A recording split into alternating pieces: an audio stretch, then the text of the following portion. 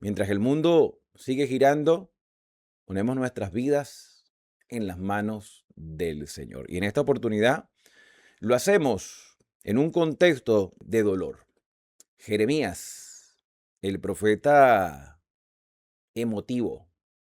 Algunos se incomodan un poco porque se le llama profeta llorón, pero bueno, sí, Jeremías lloraba porque sentía dolor por un pueblo de Judea, que era lo que quedaba de Israel, un pueblo que se había sumido en la idolatría. La indolencia de los reyes y la incapacidad de los que se decían ser profetas para advertir sobre lo que Dios había ya dicho a través de otros siervos como Isaías en el pasado. Y Jeremías fue motivado a decir lo que otros no se atrevían a decir, de llamar a las personas al arrepentimiento y demostrar a Dios en su misericordia, advirtiendo los peligros que se avecinaban. Algunos escucharon, otros no.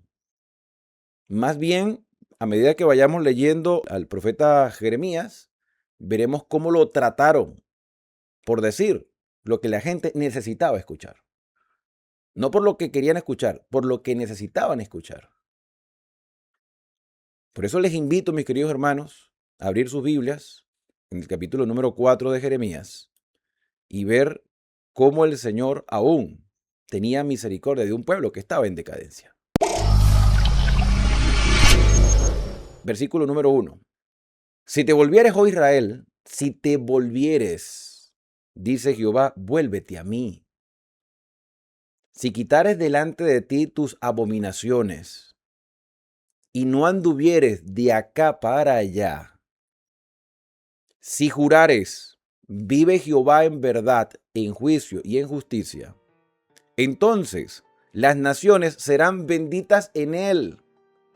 Si Israel hubiese cumplido su papel de ser una luz al mundo, si Israel y Judá hubiesen mantenido la fidelidad, la confianza, y aparte de haber prosperado por esa dependencia divina, las demás naciones hubiesen sido benditas. Israel hubiese sido un testimonio. Si hubiese jurado diciendo, vive Jehová en verdad, en juicio y en justicia, entonces las naciones serían benditas en el Señor. Y en él, en el Señor, se gloriarían por el testimonio de una Israel que fue privilegiada y no lo aprovechó. Porque así dice Jehová a todo varón de Judá y de Jerusalén: harad campo para vosotros, y no sembréis espinos.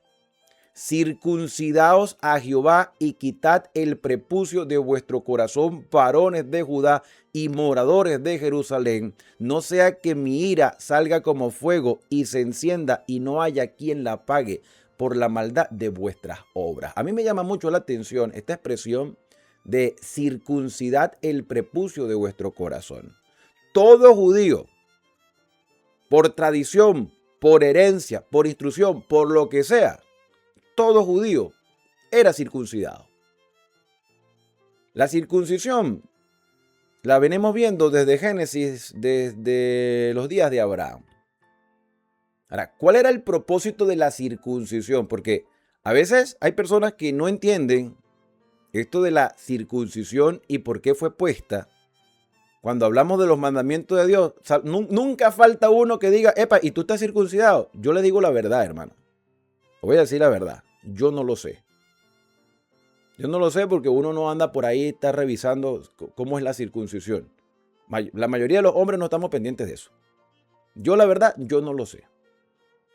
Yo no sé si estoy circuncidado, tampoco me he preocupado averiguar. Ahora, la circuncisión fue establecida como una señal en la carne, un recordatorio en la carne del compromiso hecho de confiar en el Señor. Pero de nada servía estar circuncidado si ese compromiso no se hacía una realidad. Y los judíos estaban circuncidados, los hombres, porque los únicos que se circuncidan son los hombres. Imposible, una mujer. Entonces, todos los judíos, los varones, estaban circuncidados. Y pensar que habían sido circuncidados de niños los hacía tener una seguridad aparente de decir, no, que yo formo parte del pueblo de Dios. Entonces, haga lo que haga o deje de hacer lo que tenga que dejar de hacer o diga lo que diga o deje de decir. Yo soy pueblo de Dios. Entonces, empieza a tener una seguridad sobre la señal en la carne en lugar de verlo como lo que es, como una señal. Le decía, no, como yo estoy circuncidado, yo no importa lo que haga, lo que piense, lo que diga, yo soy pueblo de Dios y Dios está en obligación de cuidarme, de protegerme, de guiarme. Eso solamente si el compromiso es mutuo. Dios se comprometió. La idea es que también nosotros nos comprometamos. Y por eso se utiliza aquí la comparación de la circuncisión con lo que está en el corazón, lo que está en la mente, las decisiones que se toman. Circuncidad el prepucio de vuestro corazón. No es tanto la circuncisión de la carne. Es que esa circuncisión te lleve a ti a recordar el compromiso hecho desde tiempos pasados. Pero hay que llevarlo a la práctica. Circuncidaos a Jehová y quitad el prepucio de vuestro corazón. Es como el bautismo. Personas que son bautizadas, pero no tienen una intimidad con el Señor. Entonces su bautismo pues no tiene mayor efecto en su vida, porque es un símbolo de compromiso. Circuncidaos el prepucio de vuestro corazón, varones de Judá y moradores de Jerusalén, no sea que mi ira salga como fuego y se encienda y no haya quien la apague, por la maldad de vuestras obras. Anunciad en Jehová y proclamad en Jerusalén y decid, tocad trompeta en la tierra, pregonad, juntaos y decid, reuníos y entrémonos en las ciudades fortificadas. Alzad bandera en Sión, huid, no os detengáis, porque yo hago venir mal del norte y quebrantamiento grande. El león sube de la espesura y el destruidor de las naciones está en marcha. Y ha salido de su lugar para poner su tierra en desolación. Está hablando de Babilonia. Sus ciudades quedarán asoladas y sin morador. O sea, Jerusalén será atacada por Babilonia y será destruida. Por eso, vestíos de cilicio, endechad y aullad, porque la ira de Jehová no se ha apartado de nosotros. En aquel día, dice Jehová, desfallecerá el corazón del rey y el corazón de los príncipes y de los sacerdotes estarán atónitos y se maravillarán los profetas. Y dije, ay, ay, Jehová Dios. Está hablando Jeremías. Porque estos primeros 9 versículos que acabamos de leer, aparte de ser un llamado, son una advertencia. Circuncídense el corazón porque si ustedes no se comprometen a mantener esa fidelidad para que mi protección esté con ustedes, mira, lo que va a venir es desastre. Entonces Jeremías se expresa, ay, ay, Jehová Dios. Verdaderamente, en gran manera, has engañado a este pueblo y a Jerusalén. ¿Cómo engañado? ¿Cómo es esto? ¿Verdaderamente has engañado? O sea, ¿el profeta sentía esto o esta era la expresión de lo que algunos pensaban al sentirse desprotegidos por Dios? Dios se compromete. Ahora, Dios está obligado. Dios está obligado a proteger al ser humano. Él lo hace porque quiere y porque nos ama. Nosotros podemos hablar de obligaciones humanas. ¿Un padre está obligado a proteger a su hijo? Sí. Por supuesto. Ahora, ¿algunos lo hacen? No. Yo soy padre. Yo creo que yo entiendo mis deberes como padre. Yo creo que mis hijos no tienen que decirme que tienen hambre porque yo sé que tengo que tenerles la comida en la mesa. Ellos no me tienen que decir que tienen hambre. Es mi deber.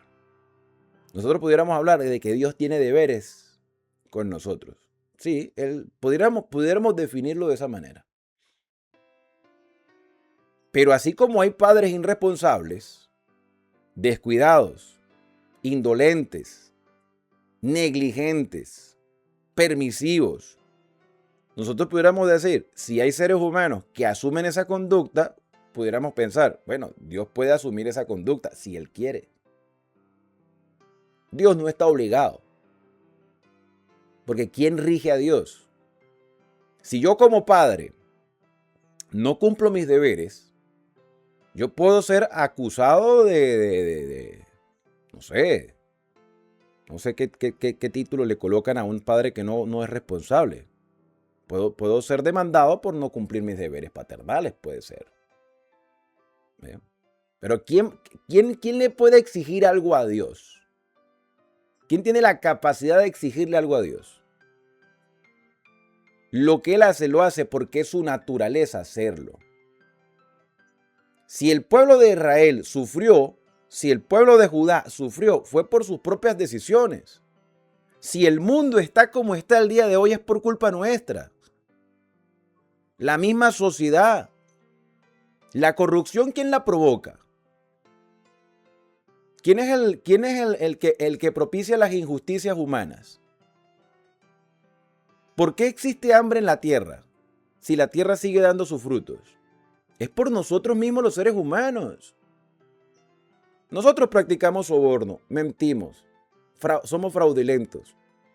Usted no te imagina la cantidad de crímenes que hay en este mundo. Entonces le echamos la culpa a Dios. No, Dios puso las normas, nosotros descuidamos las normas. Entonces pudiéramos pensar que esta expresión que anuncia Jeremías, que podía ser el sentir de muchos, era la percepción que se tenía. Dios nos abandonó, Dios nos engañó, Dios prometió que nos iba a proteger. Sí, Dios prometió que nos iba a proteger, Dios prometió que nos iba a cuidar. Pero ¿qué hemos hecho nosotros? ¿Nuestra parte del compromiso dónde está? En aquel tiempo se dirá a este pueblo y a Jerusalén: viento seco de las alturas del desierto vino a la hija de mi pueblo, no para aventar ni para limpiar. Viento más vehemente que este vendrá a mí, y ahora yo pronunciaré juicio contra ellos. He aquí que subirá como nube y su carro como torbellino. Más ligeros son sus caballos que las águilas. Ay de nosotros, porque entregados somos a despojo. Lava tu corazón de maldad, oh Jerusalén, para que seas salva. Entonces aquí hay un reconocimiento. El sentir es que Dios nos abandonó. Ese es el sentir. Pero cuando nos evaluamos y nos damos cuenta que hemos sido nosotros que nos hemos apartado de la fuente de vida, el Señor aún nos hace un llamado. Lava tu corazón de maldad, oh Jerusalén, para que seas salva. ¿Hasta cuándo permitirás en medio de ti los pensamientos de iniquidad? Es una pregunta. Porque así como aparentemente nosotros le reclamamos al Señor porque nos sentimos abandonados, el Señor nos dice: ¿y hasta cuándo ustedes van a vivir en iniquidad? Ya depende de ustedes. Ya depende de nosotros los seres humanos. Las decisiones que tomemos. Porque una voz trae las nuevas desde Dan y hace oír la calamidad desde el monte de Efraín. Decid a las naciones: he aquí, haced oír sobre Jerusalén. Guardas vienen de tierra lejana y lanzarán su voz contra las ciudades de Judá. Como guardas de campo estuvieron en derredor de ella, porque se rebeló contra mí, dice Jehová. Tu camino y tus obras te hicieron esto. No fue Dios quien hizo eso. Fueron tus caminos y tus obras. Esta es tu maldad, por la cual amargura penetrará hasta tu corazón. Lo que se ha vivido en el pasado, lo que se ha sufrido en el pasado y lo que se sufre el día de hoy a nivel global es por nuestras propias malas decisiones.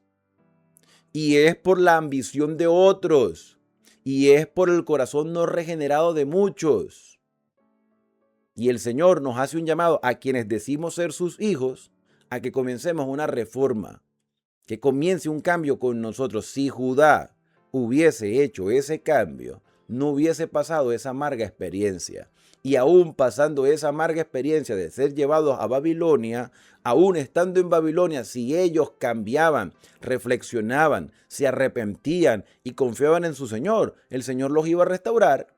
Es que eso lo hemos venido viendo desde los discursos de Moisés, desde Deuteronomio.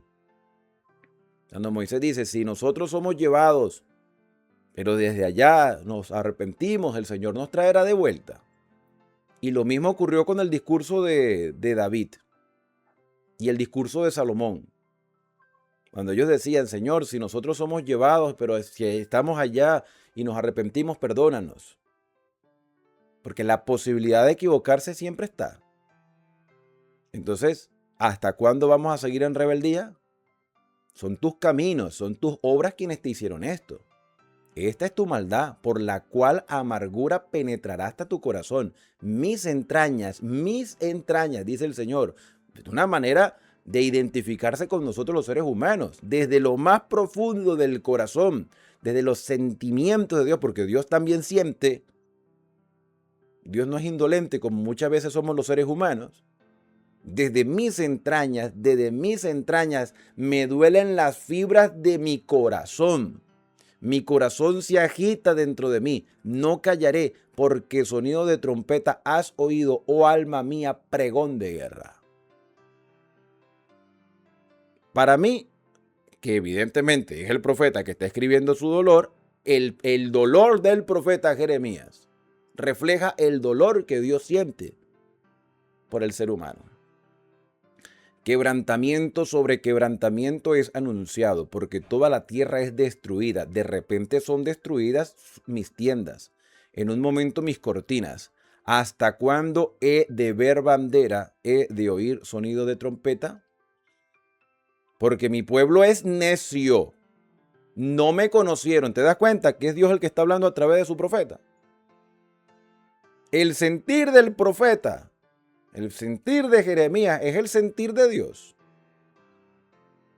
Si nosotros siendo malos, como lo dijo el Señor Jesús, si nosotros siendo malos sabemos dar buenas dádivas, y si nosotros siendo malos sentimos el dolor de otro cuando sufre, eso se llama empatía. Si sentimos empatía siendo malos, imagínate lo que siente Dios, que Él es la bondad, Él es el amor, Él es la misericordia. Aunque no lo entendamos. Y es que el detalle es que no lo entendemos, es porque nosotros nos alejamos de Él. ¿Cuándo se entienden las personas? Las personas se entienden cuando comparten. ¿Por qué nosotros no hemos entendido a Dios todavía? Porque no pasamos tiempo con Él. Y a veces somos religiosos, pero no somos espirituales. Vamos a misa, vamos a culto, vamos a las reuniones, vamos a las actividades espirituales, pero en la vida privada, en lo personal, no hay una intimidad con el Señor. Mi pueblo es necio, dice el Señor. No me conocieron. Son hijos ignorantes. No debería ser, pero son hijos ignorantes.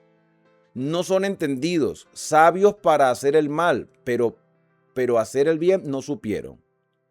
Miré a la tierra y aquí que estaba asolada y vacía, y a los cielos, y no había luz en ellos. Miré a los montes y aquí que temblaban, y todos los collados fueron destruidos. Miré y no había hombre, y todas las aves del cielo se habían ido.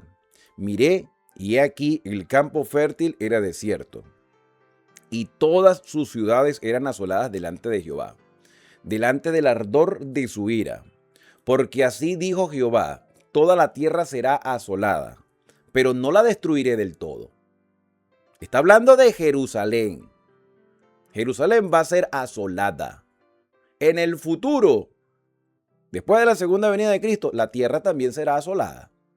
Al igual que Isaías, las profecías de Jeremías tienen una aplicación en su momento histórico y tienen también una aplicación escatológica.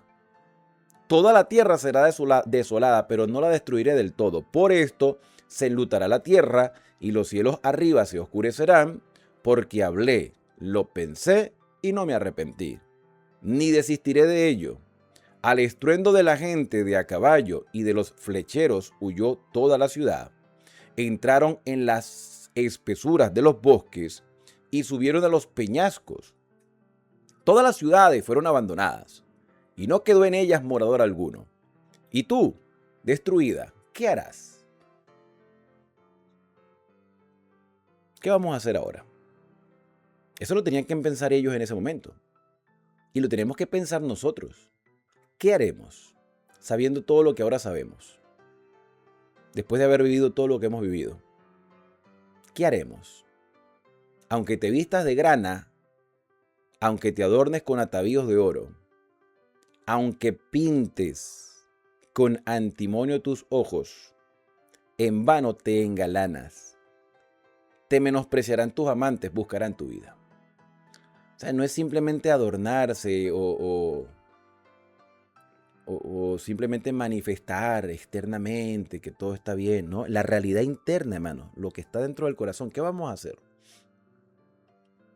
Porque oí una voz como de mujer que está de parto, angustias como de primeriza. Voz de la hija de Sión, que lamenta y extiende sus manos diciendo: ay ahora de mí, que mi alma desmaya a causa de los asesinos. Entonces, en este último versículo, bueno, en los finales, cuando dice, mira, no es cuestión de que aparentes estar bien. Pues nosotros podemos aparentar estar bien, pero internamente tenemos que reconocer que hay algo que se necesita cambiar. Y la manera como se muestra lo que debió haber sido el sentimiento de lo que quedaba de Israel, de Judea, de Jerusalén, debería ser nuestro sentimiento. Deberíamos extender nuestras manos al Señor. En medio de nuestras angustias, a quien debemos buscar es al Señor. Hoy es el día de buscarlo. Hoy es el día de confiar en Él. Hoy es el día de crecer, sabiendo que el Señor quiere lo mejor para nosotros. Pero lo haremos. ¿Qué haremos? Ya ahí le queda a cada uno tomar su decisión. Capítulo número 5. Recorred las calles de Jerusalén y mirad ahora e informaos. Buscad en las plazas a ver si halláis hombre. Si hay alguno que haga justicia, que busque verdad, y yo lo perdonaré. ¿Habrá alguien? ¿Habrá alguien en todo este mundo? ¿Habrá alguien en nuestras iglesias que pueda decir, hoy comenzamos una reforma? Hoy dejamos nuestra vida en las manos del Señor. ¿Podrá alguien que le ponga freno a todo el montón de desfachateces que a veces se hacen dentro de nuestras congregaciones con mensajes antibíblicos o con programas que parecen más un centro de entretenimiento que un centro de adoración? Bueno, ese mismo llamado que puedo hacer hoy en el presente era un llamado que se hizo en el pasado. ¿Habrá alguien que practique la justicia? ¿Habrá alguien que busque la verdad? Yo lo perdonaré. Aunque digan, vive Jehová, y juran falsamente, oh Jehová, ¿no miran tus ojos la verdad? Los azotaste y no les dolió. Los consumiste y no quisieron recibir corrección. Anduvieron sus rostros más que endurecieron sus rostros más que la piedra. No quisieron convertirse. O sea, eran tercos. Pero yo dije, ciertamente estos son pobres. Han enloquecido, pues no conocen el camino de Jehová, el juicio de su Dios. Iré a los grandes y les hablaré, porque ellos conocen el camino de Jehová, el juicio de su Dios. Pero ellos también quebraron el yugo y rompieron las coyundas. Dice, bueno, los hermanos, para ponernos en contexto, ¿no? El pueblo de Israel, ok, cae en idolatría. El pueblo de Judá cae en idolatría. Entonces vamos a ver a los líderes. Fui a los líderes, a los grandes, a los príncipes, a los sacerdotes, a los profetas, y ellos también andaban en lo mismo. Porque tal cual es el líder, así es su pueblo. Tal cual es el pastor, así es su iglesia. ¿Por qué las iglesias están decayendo espiritualmente? Falta de pastor. Esa es la realidad. Falta de pastor. Los pastores se han vuelto motivadores, pero no son exhortadores. Están buscando su propio beneficio, no están sirviendo. Sucedió antes, sucede ahora. Por tanto, el león de la selva los matará. ¿Quién es el león de la selva? En el contexto de Jeremías era Babilonia. ¿Quién es el león de la selva el día de hoy? Satanás anda como león rugiente buscando a quien devorar. Si no hay alguien que se despierte, hermanos, y advierta del peligro que viene, Satanás va a hacer estragos. El león de la selva los matará, los destruirá el lobo del desierto, el mismo diablo.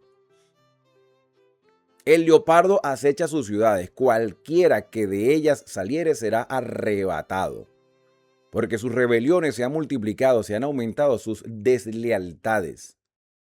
¿Cómo te he de perdonar por esto? Sus hijos me dejaron y juraron por lo que no es Dios. Los sacié, o sea, les di mis bondades y adulteraron, fueron infieles.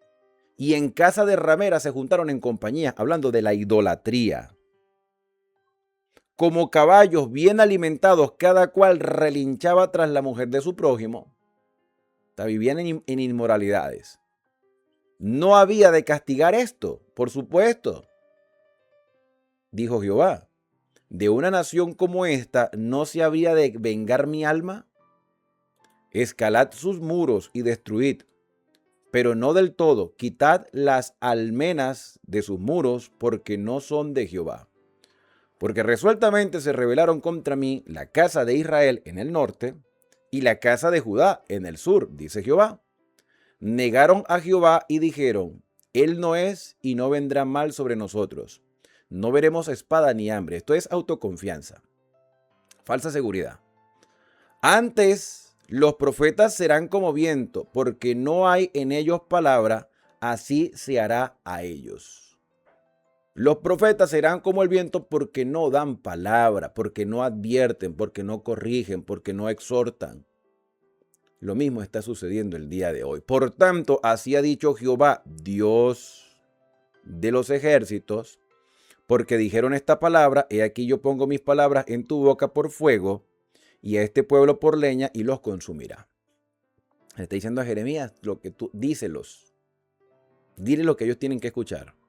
Y aquí yo traigo sobre vosotros gente de lejos, los babilonios, oh casa de Israel, dice Jehová, gente robusta, gente antigua, gente cuya lengua ignoráis, los caldeos, y no entenderás lo que hablare.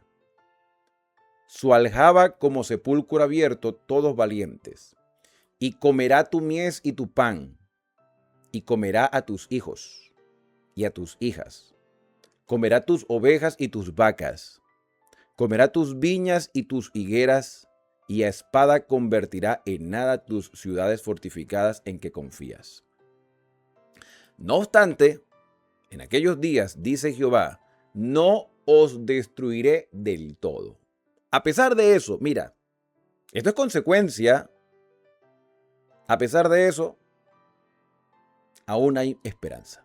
Aún hay esperanza. Porque no te destruiré del todo. Y también porque a pesar de todo eso, hermanos, había un pequeño remanente de fieles. Y cuando dijeren, ¿por qué Jehová el Dios nuestro hizo con nosotros todas estas cosas? Entonces les dirás, de la manera que me dejasteis a mí y servisteis a dioses ajenos en vuestra tierra, así serviréis a extraños en esta tierra. ¿Por qué Israel perdió su independencia? ¿Por qué Judá fue destruida? ¿Por qué los babilonios, los persas, los griegos, los romanos tomaron posesión de lo que la gente llama la Tierra Santa? Ahí está, esa es la respuesta. Ahí está la respuesta. Porque sirvieron a otros dioses, así que tan santa no era.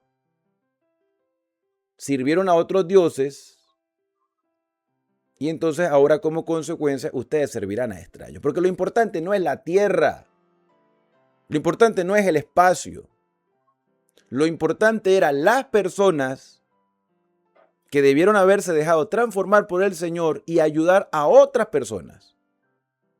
En la actualidad, lo importante no es la estructura eclesiástica. Nosotros no estamos para defender estructuras eclesiásticas, hermano. Nosotros no estamos para defender instituciones. Las instituciones hoy están, mañana no están. Nosotros estamos para aprender del Señor y compartir lo que Dios ha hecho en nuestra vida. Que esto funciona. Dios tiene una norma que no cambia, que es la misma ayer, que es la misma hoy y que seguirá siendo la misma siempre.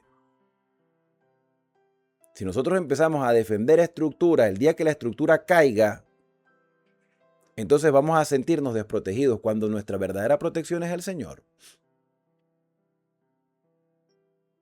Anunciad esto a la casa de Jacob y haced que esto se oiga en Judá diciendo: oíd ahora esto, pueblo necio y sin corazón, que tiene ojos y no ve, que tiene oídos y no oye.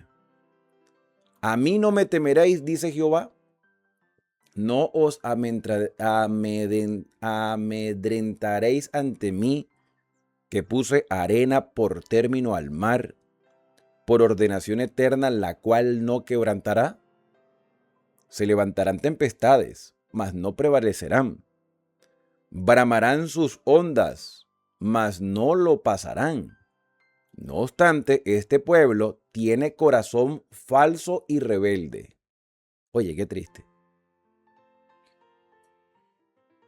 Este pueblo tiene corazón falso y rebelde, que se apartaron y se fueron, y no dijeron en su corazón: temamos ahora a Jehová nuestro Dios, que da lluvia temprana y lluvia tardía a su tiempo. Por lo menos por agradecimiento. No, ellos no pensaban eso. Por lo menos por agradecimiento. Que nos da las lluvias que permiten que la tierra fructifique, la temprana y la tardía. La lluvia temprana era la lluvia o es la lluvia que le permitía al campesino preparar la tierra y sembrar la semilla. El sistema de riego. Y la lluvia tardía era lo que permitía a la planta crecida florear y que en el momento de echar el fruto la planta se mantuviese robusta. Lluvia temprana y lluvia tardía que le permitía a ellos mantener sus cosechas. Desde el aspecto espiritual, la lluvia temprana y la lluvia tardía se entiende como la recepción del Espíritu Santo para llevarnos al arrepentimiento. Esa sería la lluvia temprana, que prepara el camino para la semilla del Evangelio, para que la semilla germine y empiece a crecer en nosotros. Esa es la lluvia temprana, la experiencia de conversión. La lluvia temprana desde lo espiritual es la experiencia de conversión. La lluvia tardía es la experiencia de la santificación, un proceso que evidentemente toma su tiempo. Entonces Dios nos ha regalado su salvación, Dios nos ha dado la vida, nos ha dado su espíritu para guiarnos a toda verdad, por lo menos por agradecimiento y en reconocimiento de lo que ha hecho. Oye, tengamos contacto con Él, dejémonos guiar por Él. Y dejemos de estar objetándolo, buscando excusas para decir que no, que estas normas no son para nosotros, eso era para otra gente. Temamos ahora a Jehová nuestro Dios, que da la lluvia temprana y tardía en su tiempo, y nos guarda de los tiempos establecidos de la siega. Vuestras iniquidades han estorbado estas cosas, y vuestros pecados apartaron de vosotros el bien. Pero fueron hallados en mi pueblo impíos, personas malas, acechando como quien pone lazo. Pusieron trampa para cazar hombres. Como jaula llena de pájaros, así están sus casas llenas de engaño. Así se hicieron grandes y ricos. Beneficios personales. Yo creo que hay gente todavía así, que se enriquecen a costa de la desgracia de otro, o del dolor de otro, o de la incredulidad de otro. E incluso hay gente que se enriquece engañando, imprimiendo en el corazón y en la mente de otras personas creencias erróneas. Se engordaron y se pusieron lustrosos. Sobrepasaron los hechos del malo. No juzgaron la causa del huérfano. Con todo, se hicieron prósperos. y la causa de los pobres no juzgaron. ¿No castigará esto? Dice Jehová, por supuesto. Si a nosotros no nos molestan las injusticias sociales, si a nosotros nos molesta la corrupción, los abusos de poder, la demagogia, si nos molesta todo eso, desde el ambiente religioso, ¿no nos molestaría también las injusticias que vemos por parte de los líderes? Que les encanta que nosotros seamos fieles en los diezmos, pero ellos son infieles en la presentación del mensaje. Que no dicen la verdad como tienen que decirla. Que no exhortan al pueblo para que deje el pueblo de cometer tantos errores. El pueblo de la fe, de la familia de la fe. Ah, no, ellos están lustrosos. Dios va a castigar eso. De tal gente no se vengará mi alma. Cosa espantosa y fea es hecha en la tierra.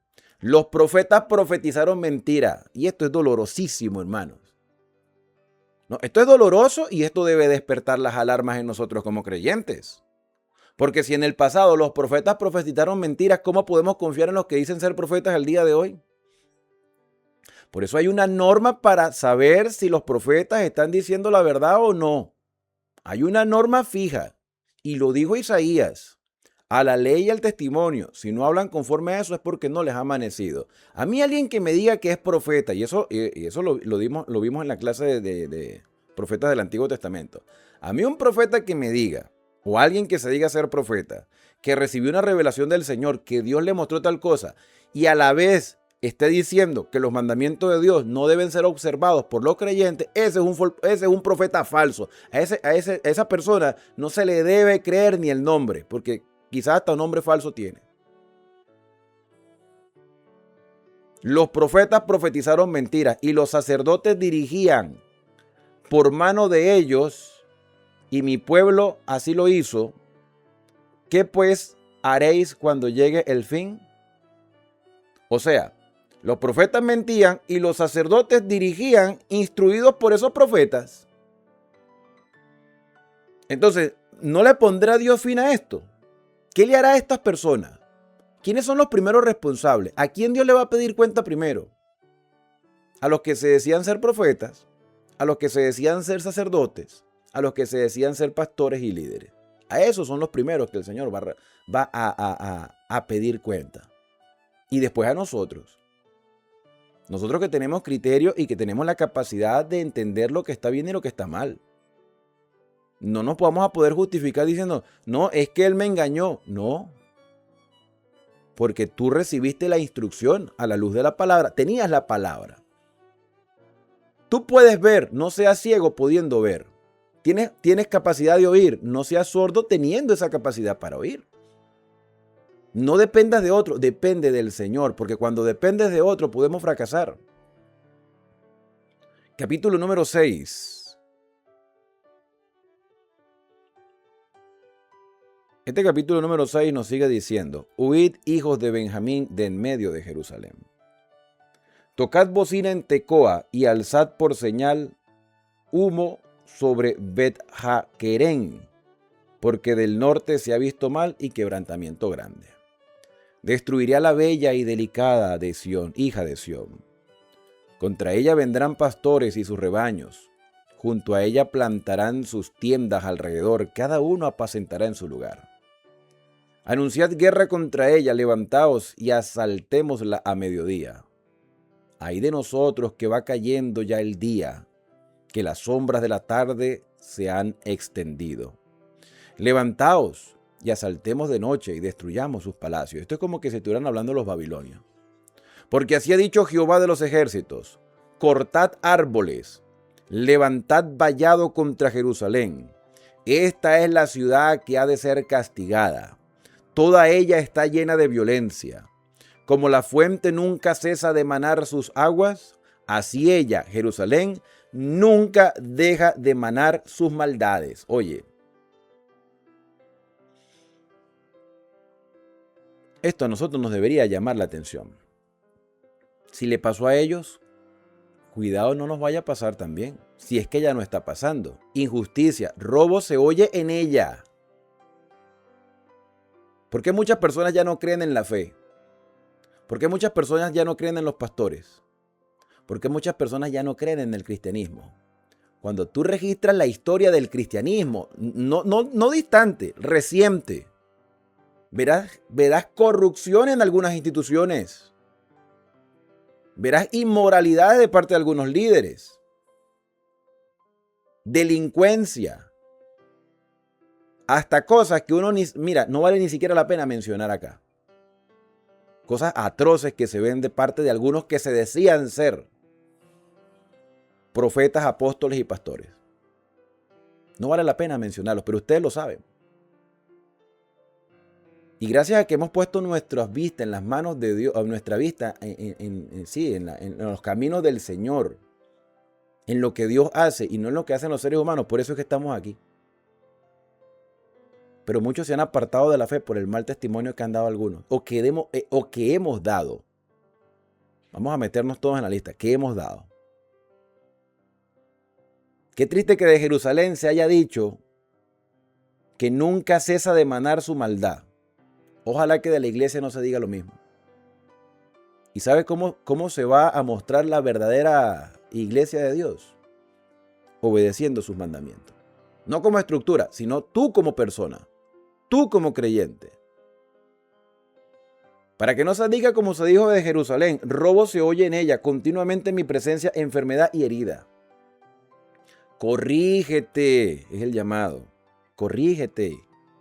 Corrígete, Jerusalén. Iglesia del siglo XXI, corrígete. Mira, esto es un llamado personal, ¿no? Corrígete. Corrígete, Jerusalén, para que no se aparte mi alma de ti, para que no te convierta en desierto, en tierra inhabitada. Así dijo Jehová de los ejércitos. De todo rebuscarán como a vid el resto de Israel. Vuelve tu mano como vendimiador entre los sarmientos. ¿A quién hablaré y amonestaré para que me oigan?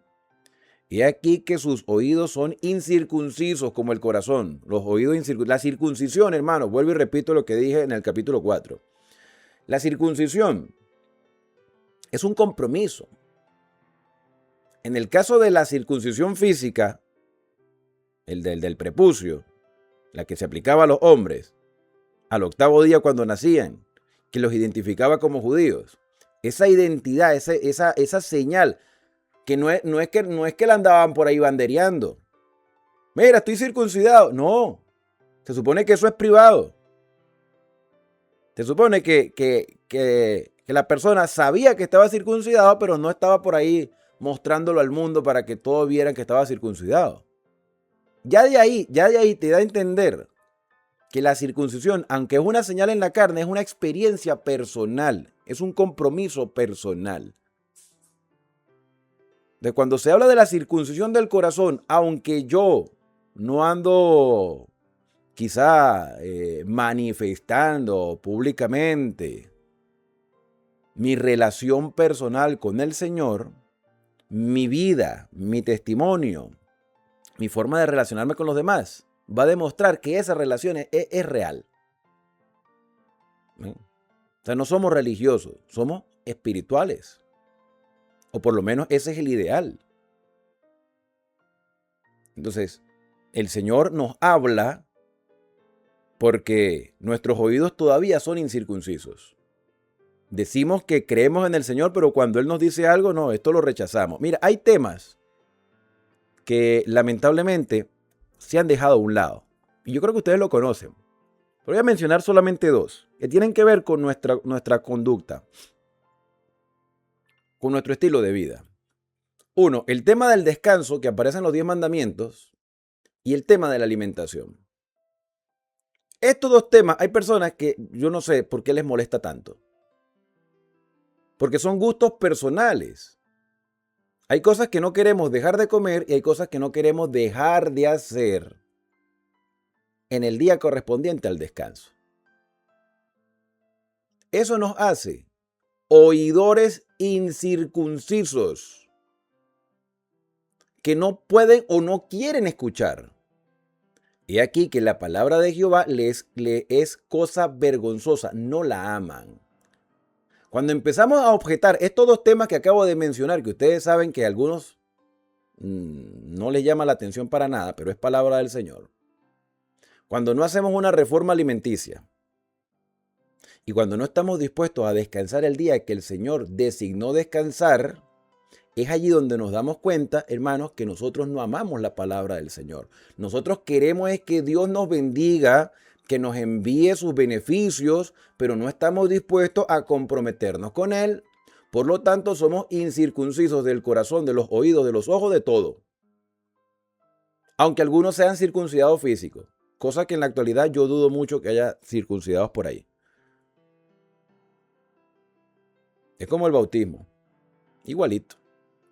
Podemos estar bautizados, pero si no hay un verdadero compromiso con la ayuda del Señor por amor, porque hemos visto los beneficios, sí, esto es beneficioso, pero tiene que nacer del corazón. Por tanto, estoy lleno de ira de Jehová, estoy cansado de contenerme.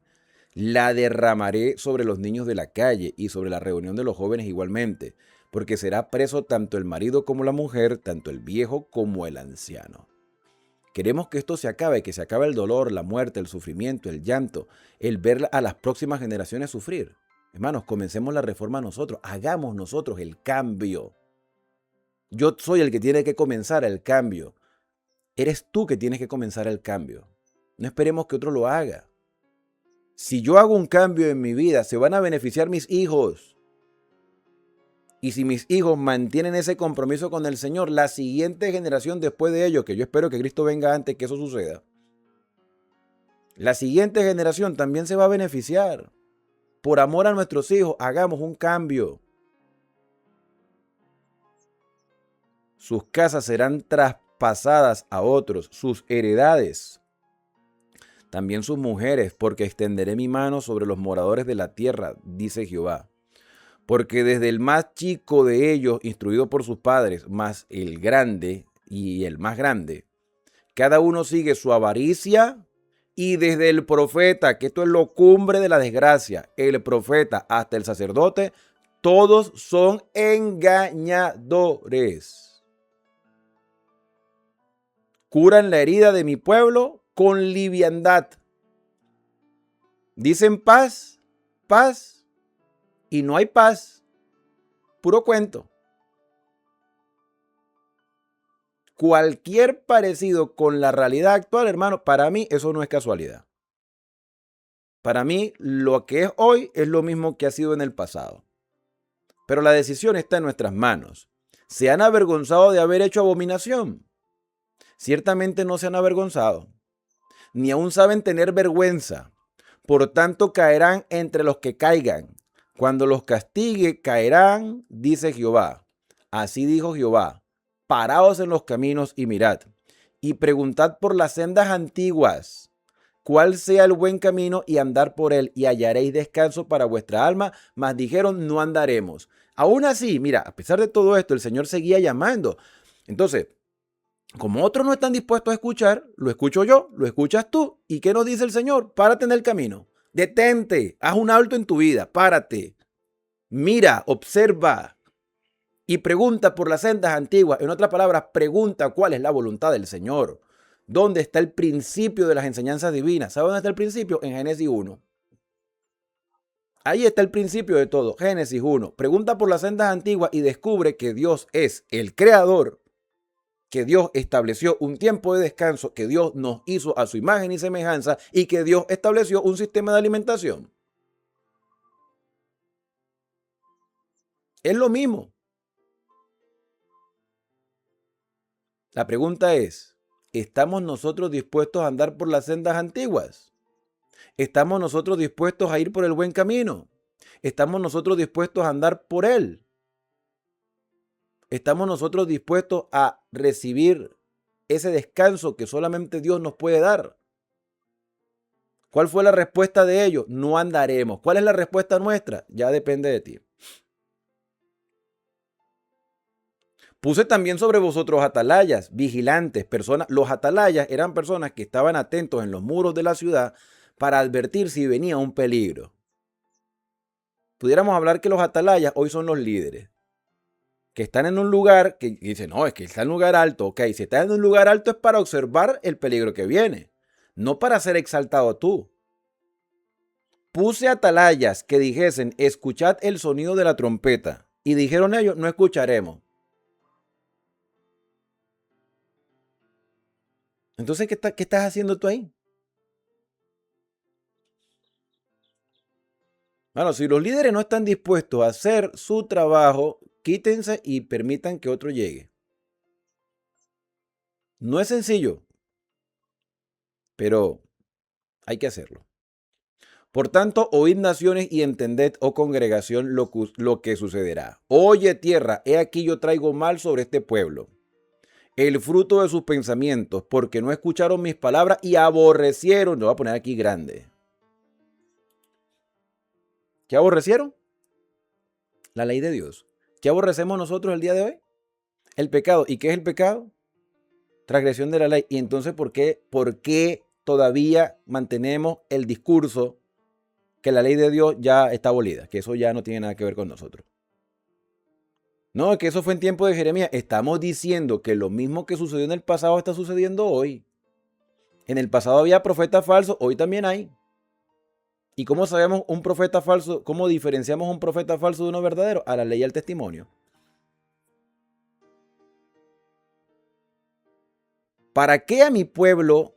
¿Para qué a mi pueblo este incienso de Sabá y la buena caña olorosa de tierra lejana? ¿De qué sirve el holocausto? ¿De qué sirve el incienso? Para perfumar.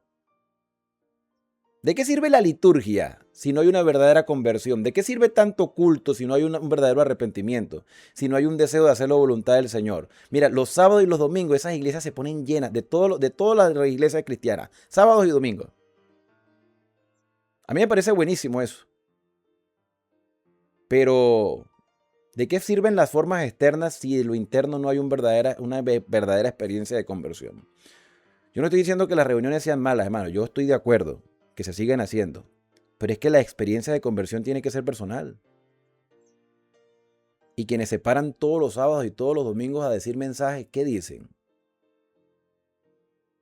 Vuestros holocaustos no son aceptables, ni vuestros sacrificios me agradan. Por tanto, Jehová dice esto, he aquí yo pongo a este pueblo tropiezo, y caerán en ellos todos los padres y los hijos juntamente, el vecino y sus compañeros perecerán. Así ha dicho Jehová, he aquí viene pueblo de la tierra del norte, los babilonios, y una nación grande se levantará de los confines de la tierra. Arco y jabalina empuñarán, crueles son y no tendrán misericordia. Su estruendo brama como el mar, y montarán a caballo como hombres dispuestos para la guerra contra ti, oh hija de Sión. Porque en Israel, en Judea, que era lo que quedaba de Israel, allá en el templo de Jerusalén, se hacían muchos sacrificios y muchos ritos y muchas actividades y muchas ceremonias y mucha fiesta. Pero no había un verdadero compromiso con el Señor. Su fama oímos y nuestras manos se descoyuntaron. Se apoderó de nosotros angustia, dolor como de mujer que está de parto. No salgas al campo ni andes por el camino, porque espada de enemigo y temor hay en todas partes. Hija de mi pueblo, cíñete de cilicio y revuélcate en ceniza. Esto es luto. Ponte luto como por tu hijo único, llanto de amarguras, porque pronto vendrá sobre nosotros el destruidor, Babilonia. Así como Satanás anda como león rugiente por ahí buscando a quien devorar, bueno. Por fortaleza te he puesto en mi pueblo, por torre conocerás pues y examinarás el camino de ellos. Todos ellos son rebeldes, porfiados, andan chismeando, son bronce y hierro, o sea, son duros, no son sensibles, son indolentes. Eso es lo que quiere decir con son bronce y hierro, son indolentes, no sienten nada. ¿Y cómo somos nosotros el día de hoy? Hay que autoevaluarnos. Todos ellos son corruptores. Se quemó el fuelle, por el fuego, por el fuego se ha consumido el plomo. En vano fundió el fundidor, pues la escoria no se ha arrancado. Hay algo que se llama el crisol. Bueno, creo que el fuelle, permítame ver qué es el fuelle. Fuelle. Que a veces hay cosas que... Dice, el fuelle es un dispositivo mecánico flexible diseñado para acumular y expulsar aire a presión en dirección específica. Fuera de su uso tradicional como herramienta de soplado. El fuelle es el que sopla. ¿Ok? El término también se emplea en la industria, la costura y el lenguaje cotidiano para describir piezas de pliegue similares. Ok, entonces se quemó el fuelle que era para soplar, para avivar el fuego. Para avivar el fuego. ¿Y quién aviva el fuego el día de hoy? El Espíritu Santo. Ahora, ¿el Espíritu Santo se quema? No, el Espíritu Santo no se quema porque el Espíritu Santo es fuego de por sí. Pero quizás nosotros no le hemos permitido al Espíritu Santo que more en nuestro corazón. Y nosotros como instrumentos en las manos de Dios podemos avivar el fuego. Podemos ser los primeros en avivar el fuego. Se ha consumido el plomo. En vano fundió el fundidor, pues la escoria no se ha arrancado. Hay lo que se llama el crisol. Y es una técnica de purificación de los metales, principalmente el oro. La idea es pasar por el fuego para sacar la escoria. Dios quiere quitar la escoria de nuestro corazón, de nuestra mente. Dios quiere transformarnos, hermano. Mire, todos estos mensajes que son duros, yo no digo que sean duros, son duros, pero son mensajes que son apropiados para este tiempo. El Señor dice, la plata desechada la llamarán porque Jehová los desechó. ¿Por qué Jehová o por qué Dios llega a este punto de desechar a las personas que una vez formaron parte del pueblo de Israel y de Judá? ¿Por qué? Por la misma razón que hará juicio contra aquellos que despreciaron la gracia divina cuando Cristo venga a buscarnos. Dios brinda muchas oportunidades. Él es el más interesado en nuestra salvación. Él quiere nuestro bienestar, pero Dios no puede obligar a nadie. Estos mensajes duros también son para quienes vivimos en el siglo XXI porque hay cosas que necesitamos mejorar. Y el cambio tiene que comenzar en mí. Yo no puedo esperar que toda la estructura eclesiástica cambie si yo no empiezo a dar el primer paso. Yo no puedo esperar que los líderes lo hagan, porque lamentablemente muchos líderes están enceguecidos. Hoy nosotros podemos hacer un cambio. Cuando yo les recomiendo a ustedes que comiencen el cambio, no les estoy diciendo que se vayan de sus iglesias. Quédense allí donde están. Vívanlo ustedes y demuéstrenle a sus hermanos que vale la pena obedecer al Señor. Si es necesario cambiar los hábitos alimenticios, cambiémoslo, porque nuestro cuerpo es templo del Espíritu Santo y demostrémosle a los hermanos lo saludable que ahora estás por haber escuchado la palabra de Dios y vivirla. Si otros no quieren guardar el Shabbat, guárdalo tú. No sigas a la mayoría no siempre tiene la razón, es el remanente. Y tu testimonio va a ser una luz a los demás. Hermanos, aviva el fuego. La salvación es por gracia, se acepta por fe, pero se demuestra con obras. Obras en agradecimiento por la salvación que el Señor nos ha otorgado. El llamado en este día es aviva tú el fuego. Permítele al Espíritu Santo que more en ti para que avives el fuego de tu familia, de tu iglesia y de todos los que están a tu alrededor. Eso permitirá que nuestra fe como familia se fortalezca y podamos vivir con esperanza hasta el día que Cristo venga a buscarnos. Mi deseo, hoy más que nunca, es que Dios te bendiga y te guarde.